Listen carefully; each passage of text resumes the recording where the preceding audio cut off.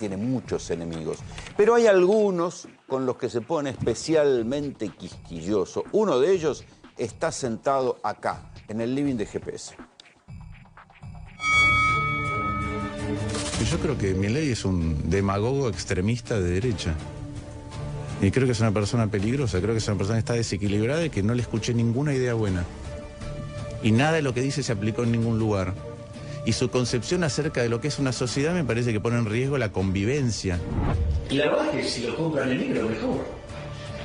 Porque así no tiene que pagar un montón de impuestos estúpidos que hay. Digo, ¿todo para qué? Para financiar a los que se levantan la manito para la base de Querusa, digamos, para financiar a esos inútiles. Más recientemente dijo que amaba ser el topo dentro del Estado, el que destruye el Estado desde adentro, porque es como estar infiltrado en las filas enemigas. ¿En serio a ese gobierno le vamos a dar facultades delegadas? Yo no le daría poder a un director de escuela que dijera vengo a destruir la educación pública. Lustó es un camaleón y se va acomodando en función de cómo puede conseguir cargos o conseguir alguna ventaja. Con lo cual de Lustó a mí no me sorprende nada. Milei está poniendo de moda la crueldad. Milei está poniendo de moda la violencia. Y eso nos hace una peor sociedad. Y la única manera de que la sociedad no tenga miedo es mostrarle que nosotros no tenemos miedo. Todo lo que tocó lo rompió. Es decir, es así una suerte de incompetente sistemático tipo Kichilov.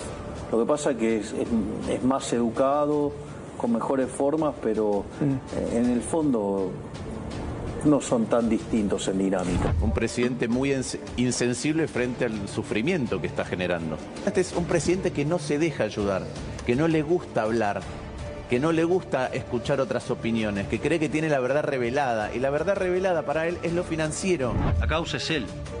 La causa es él. La causa es él. Es un fracasado. Todo lo que hizo fue fracaso. Él, digamos, o sea, él se mira y se cree la máxima revelación de la historia de la humanidad y es un fracasado. Y está claro que él, cuando describe al resto, ¿sí? No alcanza a percibirse a sí mismo de la misma manera, ¿no? Me la paja en el ojo ajeno y no la viga en el propio. Él elige ajustar a los jubilados y regalarle plata a los más ricos. Así que ahí también hay una degeneración fiscal. Pero claro, él elige ser conservador fiscal con los jubilados y degenerado fiscal, para ponerlo en sus términos, con los más ricos entre los más ricos. Si uno se corre de la lógica de los insultos, de los adjetivos fáciles, no entremos ahí.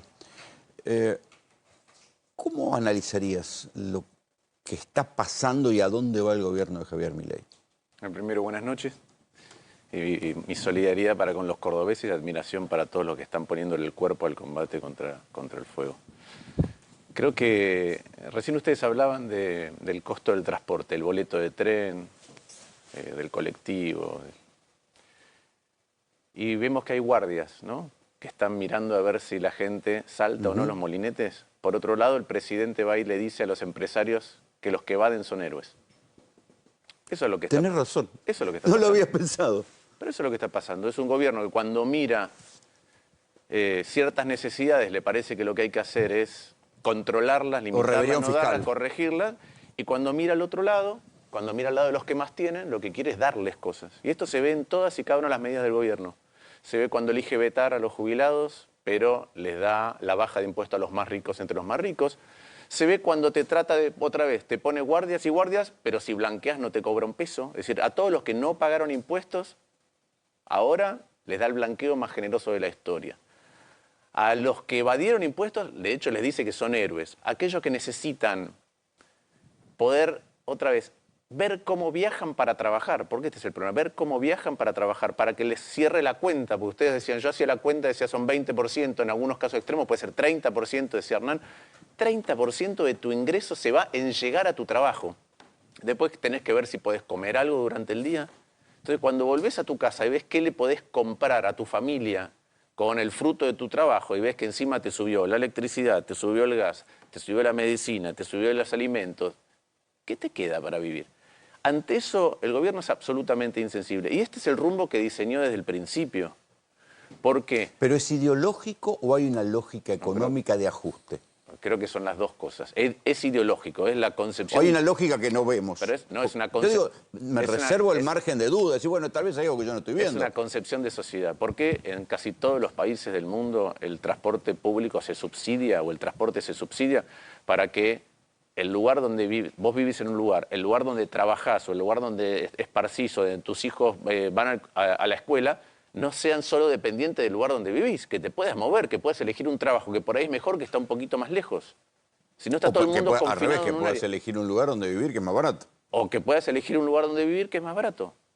Entonces, esa es la lógica es una lógica comunitaria. Cuando vos ves, ahora el presidente está en Naciones Unidas, vi la canciller, Argentina no votó la extensión de la Agenda 2030, ¿no? Que es la extensión de la agenda hasta el 2045, que básicamente tiene que ver con la pobreza, con la desigualdad, con el ambiente, con derechos sociales, en el ambiente hay un montón de cosas distintas, pero es con la producción limpia, con la preservación de los ecosistemas, con la energía renovable. Sí, con el desmonte de los bosques. Con el desmonte de los bosques.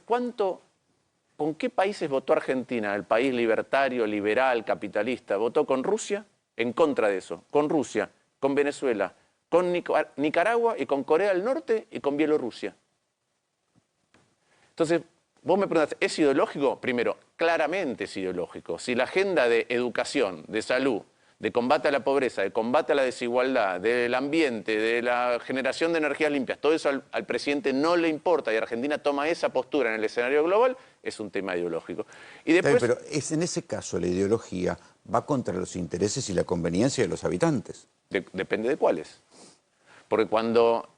bueno, de la mayoría, digo. Bueno, pero claro, pero a eso es lo que me refiero. En todas las medidas el gobierno prefiere preservar a un grupo chico, ¿sí?, a costa de todos los demás. En esa agenda también, porque es la agenda de un capitalismo o una iniciativa privada desprovista de cualquier tipo de conciencia con respecto al ambiente, con respecto al otro, que después se ven estos efectos como lo que estamos viendo en Córdoba, o en estos eventos como lo que estamos viendo en Córdoba. Pero el plan está diseñado así, esa es la discrepancia fundamental que algunos tenemos. ¿Y si baja la inflación? Pero está claro que había que bajar la inflación, está claro que además tenías que ordenar el Estado, porque el Estado desordenado desordena la economía y nos viene pasando.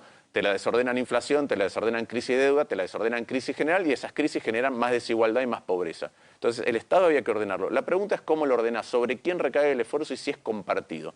Cuando vos mirás el diseño del plan económico, básicamente lo que hizo fue generar una espiralización de la inflación ya corría muy alta, ¿sí? Pero la llevó a 25. Sí, un balde de nafta, va. Pero la llevó a 25 en diciembre y a 20 en enero y recién ahí empezó a bajar. ¿Qué pasó con esa inflación? Primero hizo que el salario de todos cayera, de todos, porque al mismo tiempo con el DNU 70 te desreguló las prepagas, el combustible, la cuota de los colegios. Entonces, primero, tu poder adquisitivo cayó, pero después hubo otra cosa, que es que si vos tenías algo ahorrado, aquel que es de clase media y había podido ahorrar un poquito y tenía un plazo fijo, tenía un poquito de dólares... El desahorro. Te forzó al desahorro. Primero tus ahorros valen menos. ¿Por qué? Porque si vos mirás cómo evolucionó el dólar versus la inflación, tus ahorros pueden comprar menos. ¿Cómo evolucionó tu plazo fijo versus la inflación? Tus ahorros pueden comprar menos. ¿Y qué tenía la gente en esos ahorros? La posibilidad de que si en algún momento estaba con un poquito de desahogo, decía, bueno, cambio algo en mi casa, arreglo algo, hago una pieza más, compro una tele, compro una moto, algo que necesitara. Me voy de viaje. Me voy de viaje. Esos ahorros los estás usando para vivir. Y encima valen menos. Ahora, todos los amigos del gobierno, todos los que se pueden sentar con el ministro de Economía, todos los que se sienten y reciben información de hacia dónde está yendo el gobierno desde el punto de vista financiero, no le fue mal. Compraron acciones o compraron bonos. Entonces, hay claramente, en todas las medidas del gobierno, con tus ahorros pasó algo distinto al 95% de la población que al 5%. Con tu ingreso pasó lo mismo, ¿sí? Con, otra vez, a quienes privilegia o a quienes elogia a los que evaden y les da un plan para blanquear y castiga a los que quieren viajar. Eso es lo que está pasando. Y yo tengo profunda discrepancia porque creo que se ordena distinto la economía. En ningún lugar donde has ordenado de esta manera, el orden ha sido un orden definitivo que te saca de la posibilidad de crisis. Cuando vos ves los ejemplos en el mundo de después reordenamiento... viene la lógica de que hace falta más ajuste. Bueno, Digo, el ajuste nunca fue suficiente. Ese es otro tema que el presidente está poniendo... Lo dijo como en el discurso del domingo pasado. Como una gran iniciativa en el presupuesto. Insisto, ¿es bueno tener equilibrio fiscal? Sí, en particular en ciertas circunstancias, como le ha pasado a Argentina, que el desequilibrio fiscal acumulado ha generado un problema reputacional de Argentina en todos lados del mundo. Entonces, endeudarte es caro, apenas emitís se va inflación. Entonces, es importante reordenar. Ahora, el presidente introduce esto. ¿Qué hace una familia? Una familia, cuando le va bien, lo que hace es ahorrar un poquito. ¿Por qué? Porque si tiene una emergencia, atiende la emergencia con lo que ahorró. ¿Qué hace el presidente en el presupuesto? Lo contrario, que es, si en algún momento me sobra plata, en lugar de ahorrarla, voy a hacer que otra vez el presupuesto sea equilibrado. Con lo cual, cuando me falte plata, voy a tener que volver a ajustar. Y lo que hace es introducir algo que se llama prociclicidad, que es que cuando la Argentina esté creciendo, la política fiscal que diseña el gobierno va a hacer que crezca más. Pero cuando la Argentina entre en crisis, que a veces entras en crisis por motivos ajenos a vos, porque pasa algo en el contexto, va a profundizar la crisis. Y ya estamos en una crisis. Entonces está diseñando un esquema que lo que va a hacer es todo el tiempo generar una profundización de donde estamos. A mí me parece muy difícil, con el tono del gobierno, con las medidas que elige el gobierno, con la concepción que tiene el gobierno, que tengamos un rebote. Me cuesta encontrar dónde están un rebote. Probablemente haya, pero un crecimiento de verdad, donde enciendan los motores de la economía, que le llegue a la gente, me parece muy difícil que eso pase. Y es un gobierno que, como decía, recién veía una de las cosas que había dicho, le cuesta sentarse a hablar. ¿Por qué? Porque cuando alguien piensa distinto, dice, mirá, está llevando a la economía para este lugar, está llevando a la sociedad para este lugar, la reacción del presidente es de hostigamiento, degenerado de agresividad. fiscal, lo dijo claramente en el mensaje del Congreso, no lo dijo en un programa de televisión, lo dijo en el Congreso. El que no esté de acuerdo con eso, poco menos que un degenerado fiscal, una rata, esas cosas dulces que dice él. Él elige ser degenerado fiscal cuando le da plata a los que más tienen en la Argentina, a las empresas de más de 200 millones de dólares de inversión, a pesar de que no lo necesitaran, porque muchas vinieron al Congreso a decir, no estamos pidiendo tanto, no necesitamos tanto para invertir en la Argentina. A esos les da baja de impuestos. El RIGI, pero que son bajas de impuestos, de todos los impuestos que te imagines, todos por 30 años. A los más ricos, entre los más ricos, cuanto más ricos sos, es más grande la rebaja de impuestos, más grande, por cómo está diseñada. Y hay estabilidad por 15 años, por 15 años.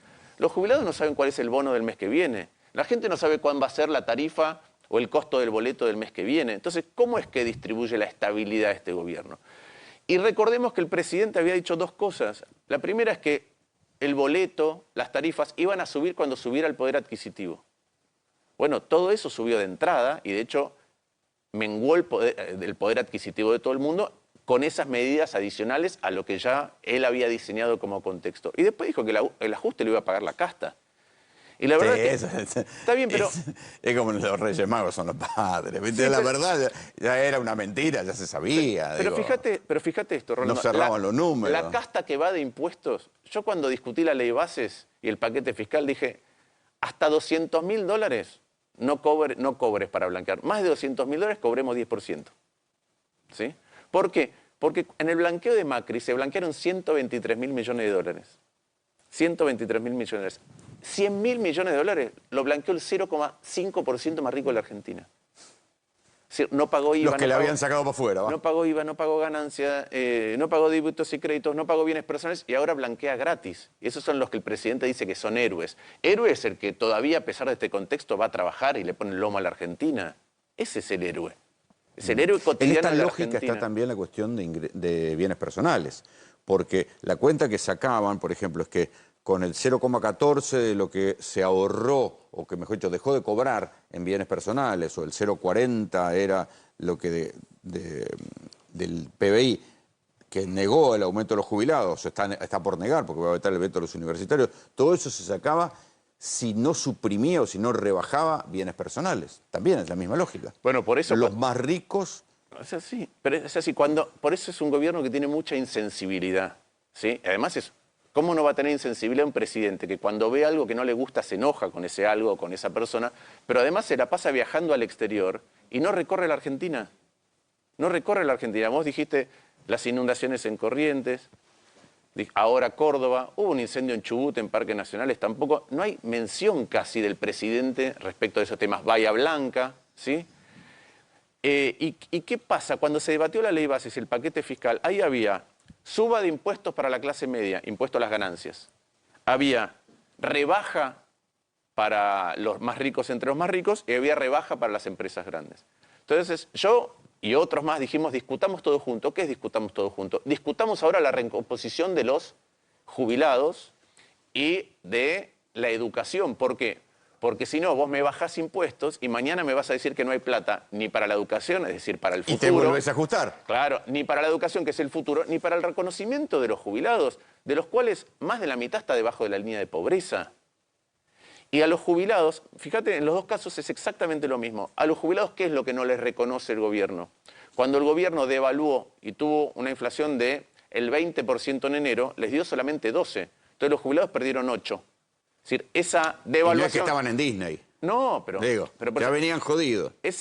Los jubilados perdieron desde el año 2017 casi el 50% de su poder adquisitivo. Tienen un golpe adicional en enero con la inflación del 20, ¿sí? Y entonces el gobierno les reconoce solamente 12. ¿Qué decía la ley? Reconocerles el 8 adicional. El 8 adicional. ¿Qué pasa con las universidades? Los docentes y los no docentes de las universidades, es decir, cuando en diciembre hay 25% de inflación y en enero hay 20%, no reciben nada de aumento. Nada. Nada. Durante esos 2 meses no reciben nada de aumento y recién empiezan a tener algunos aumentos con la inflación ya bajando, pero que no compensan esa pérdida inicial. Entonces vos estás perdiendo docentes que se van a manos de otras facultades. Que cambian de laburo. ¿Qué cambian de laburo? Eso está pasando. Y ni quiero saber, los investigadores científicos ya deben estar haciendo las valijas para irse. Pero eso está pasando y eso está pasando, fíjate. También, pero eso sí que es ideológico, porque claro, la vicepresidenta considera que la UBA ideologiza y hay una cantidad de fantasmas, y eso también son los discursos de odio. Echarle la culpa a alguien para después no confundir echándole la culpa a alguien que no la tiene. Bueno, si la UBA ideologiza mal, ¿no? Porque la vicepresidenta fue a la UBA. El ministro de Economía también. El ministro de Economía fue a la UBA. El ministro ahora, ¿cómo se llama?, de desregulación fue a la Universidad Nacional de La Plata. Son todas universidades públicas. Entonces, es un poco ridículo el argumento. La verdad que en el único lugar donde un economista puede estudiar algo de escuela austríaca en la Argentina es en la Universidad de Buenos Aires. ¿Ah, sí? Sí. Entonces, hay un componente medio raro en decir eso. Es evidente que hay un sesgo. Bueno, Diego Giacomini, Diego Giacomini tiene una cátedra en la UBA. Pero por eso. En económicas. Pero por eso, entonces... Donde alguna vez fue asistente de Milei. En las universidades privadas, el rango de lo que se puede estudiar, en lo que yo me he especializado, que es economía, es muchísimo más chico. Muchísimo más chico que en las universidades grandes, donde hay un montón de cátedras distintas y enfoques diferentes. Que la verdad es que lo que hace a la riqueza conceptual, siempre de un enfoque diferente uno aprende algo. Siempre de una mirada distinta de cualquier tema de la vida. Que por lo menos te deja pensando. Entonces el presidente dice, va a su antiguo colegio, al Cardenal Copelo, lo que hace es bajar línea, ¿sí? Quiere decir que está ideologizando, que está, como dice él, de la educación pública. ¿Cuál es la expresión exacta que él dice? No ideologiza. Adoctrinamiento. Él va a adoctrinar a su escuela, a su vieja escuela, y después dice que en la educación pública se adoctrina. Dentro de la agenda que la Argentina está denunciando y a la que no adhiere, y por eso digo, vota con Venezuela, con Corea del Norte, con Rusia, está la educación, está la salud. Entonces, esas cosas no le interesan. Lisa y llanamente, entonces, el reconocimiento a los que trabajaron antes y que están viviendo padecimientos en gran medida acumulados, porque Argentina hace con el sistema previsional, lo toquetea todo el tiempo, y eso genera inestabilidad y después genera crisis dentro del sistema previsional. Pero a los jubilados que están, otra vez, con aumento de medicamentos, con aumento de alquileres, el que por trayectoria de vida, por cómo le fue, por el pasado de la Argentina puede tener un departamentito, está pagando más expensas. Tiene menos cobertura los medicamentos le subieron, la comida le subió. Esa es la foto. Eso no le importa. Esa es la foto y todos lo vemos. La educación, que es el futuro, tampoco le importa. Eso es la foto y todos lo vemos. ¿Y si le sale bien? ¿Qué quiere decir si le sale bien? ¿Si le sale bien para Argentina o si le sale bien a él en esta concepción? No sé. Pues son dos cosas distintas. ¿En su lógica sale bien? Ojalá que le salga bien para la Argentina. Sí, ahora, también puede salir... ¿Vos no ves posibilidad que salga bien?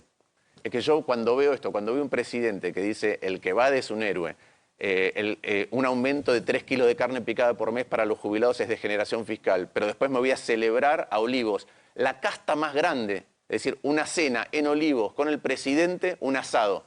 Eso más casta que celebrar eso no se puede. Celebrar que no le das 15 lucas y te gastás 20. Sí, digo, en realidad lo que gastaron es mucho más.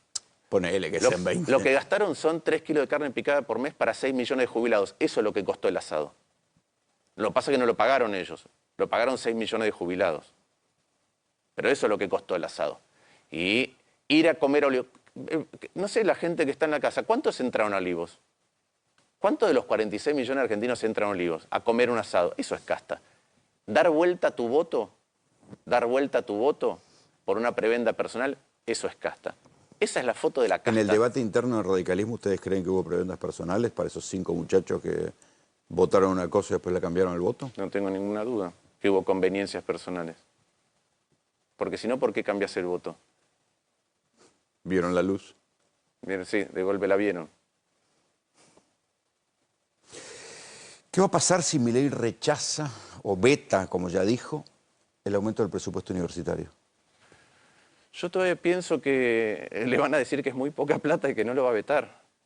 Por ahí porque creo que es tan importante el tema educativo como creo que era tan importante el tema jubilatorio. Él lo va a vivir como un retroceso. Pero es que o ahora se va a mostrar pragmático. Pero tiene que actualizar los salarios, faltan 3 meses del año y se está discutiendo el presupuesto. La educación para el año que viene se va a discutir en el presupuesto. Me consta que los funcionarios de economía saben que es muy poca plata, me consta. Yo aspiro a que le digan al presidente, es muy poca plata, y esto es algo que la sociedad ya nos demostró que es súper importante, porque vos pensás en lo que el Estado que se degradó de los 60 para acá, que gasta más plata, pero que se degradó en lo que nos da, ¿sí? Que no te da salud, no te da justicia, no te da seguridad, no te da rutas seguras, no te da un tren en el que viajes más o menos confortable, no te da nada el Estado, no te da nada. Lo único que te da para pensar que tu futuro y el de tu familia pueden ser mejor es la educación, y particularmente la educación universitaria. Entonces, ya la sociedad salió a pedir y a decirle al presidente, bueno, no jodan con la universidad. Ojo, esto es parte constitutiva de nuestra sociedad, esto es parte de la construcción de un futuro, esto es lo único que nos permite a nosotros pensar que un hijo nuestro puede tener una mejor... Ascenso social. Movilidad. Ya se lo dijo, es muy poca plata y la sociedad ya se lo dijo. Entonces yo espero, aspiro, pretendo que recapacite con su equipo y que se dé cuenta, ¿Y si no? Y si no, no sé, si no, la sociedad le dirá qué es lo que piensa ahora. ¿Te imaginas otra marcha universitaria? Y yo me imagino que en algo donde la sociedad ya se movilizó activamente, si se vuelve a encontrar con este tono de que la universidad para el presidente no es importante, de que la educación y el futuro para el presidente no es importante, que se lo va a volver a reclamar, sí. Pero ya puede complicarse la cuestión también en la calle. Ya vimos lo que pasó con los jubilados. O sea, no, una cosa es gasear jubilados, otra cosa es gasear estudiantes. Ya la pulseada es otra. Bueno, yo espero que ese no sea el tono. Es lo que está pasando. Es lo que está pasando. Yo creo que pasa muchas veces para marcar la cancha o amedrentar para cuestiones donde la sociedad se va a movilizar otra vez. Yo creo que otra vez con la educación se va a movilizar. No hay otra alternativa. Un presidente que te dice, mira, en tu trabajo vas a ganar menos, todo te lo voy a subir. Decime cómo es tu perspectiva de futuro. Mi perspectiva de futuro, el único lugar donde puedo poner algo es tratar de que mis hijos se eduquen. Tratar eso, de que mis hijos tengan otro futuro. Aquel que se sube al tren, va a trabajar, se deja un 20-25% de sus ingresos para poder viajar. Cuando vuelve a su casa y apenas le puede dar de comer a su familia, ¿qué es lo único que quiere? Que sus hijos no tengan que tener ese mismo destino. Y para eso necesitan poder estudiar. Y la universidad pública es una de las pocas que permite en el mundo estudiar y laburar.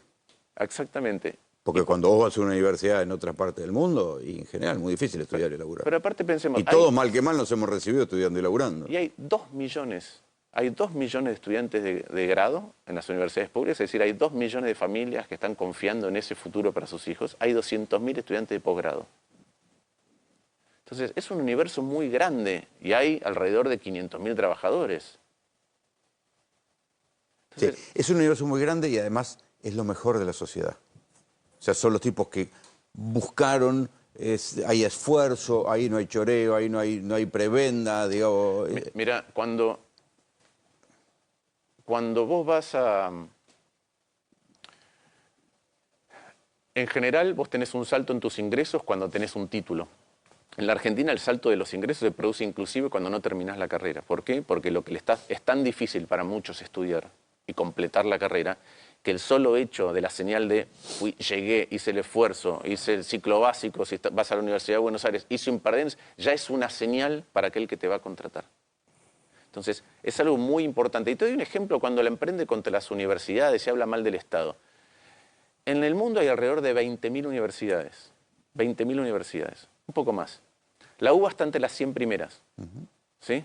Quiere decir que estás en el 0,5% mejor del planeta. Es decir, vos agarrás 200 universidades y en un lote de 200 universidades, la UBA es la número 1. Mirá si el Estado argentino fuera así en todos lados. Si fuéramos el mejor... Salvo en el fútbol no pasa. Si el Estado fuera el mejor en justicia, en seguridad, eso es lo que pasa. Tenemos un Estado que ha venido gastando mucha plata y la gasta mal. Yo con eso estoy de acuerdo. Pero ¿cuál es la diferencia? ¿Qué quiere decir la gasta mal? Cuando vos comparás con los 90, hay el doble de gasto por habitante en la Argentina que en los 90 ajustado por inflación. Es decir, que debería darte el doble de salud, de educación, de justicia, de seguridad, de infraestructura, de jubilaciones, el doble. Obviamente no se lo da a nadie. No se lo da a nadie. Entonces, el aumento del Estado gastando mal, ¿sí?, no solamente generó que más impuestos y menos bienes y servicios públicos, sino que además generó crisis recurrentes de todo tipo y color, sea defaults o inflación alta. Ahora, corregir eso no quiere decir romper el Estado. Rompiendo el Estado no vamos a ir a ningún lugar. Los países que han mejorado el estándar de vida de sus ciudadanos en el mundo son aquellos en los que el Estado funciona bien y mejor que en otros países. Es que es muy difícil discutir lo obvio. Es obvio que no vas a mejorar si rompes el Estado. Es obvio. Es retroceder a niveles premodernos. Pero además esto es así independientemente de que los estados o las sociedades elijan la izquierda o la derecha. Es decir, ¿cuál es la diferencia entre Vietnam y Cuba? Que en Vietnam en un momento el Estado empezó a funcionar bien y en Cuba no. ¿Cuál es la diferencia entre China y Norcorea? Que en China el Estado empezó a funcionar bien, entonces sacó... Sí, millones de personas de la pobreza. 12, 13, 14, 15 argentinas de la pobreza. ¿Cuál es la diferencia entre Grecia e Irlanda? Que en Irlanda el Estado funciona y en Grecia no. ¿Cuál es la diferencia entre Australia y Argentina?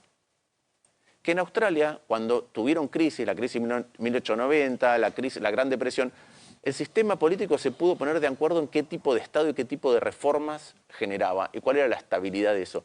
Cuando ves los ejemplos de cómo bajó la inflación en Brasil o cómo bajó en Israel, es a través de acuerdos políticos.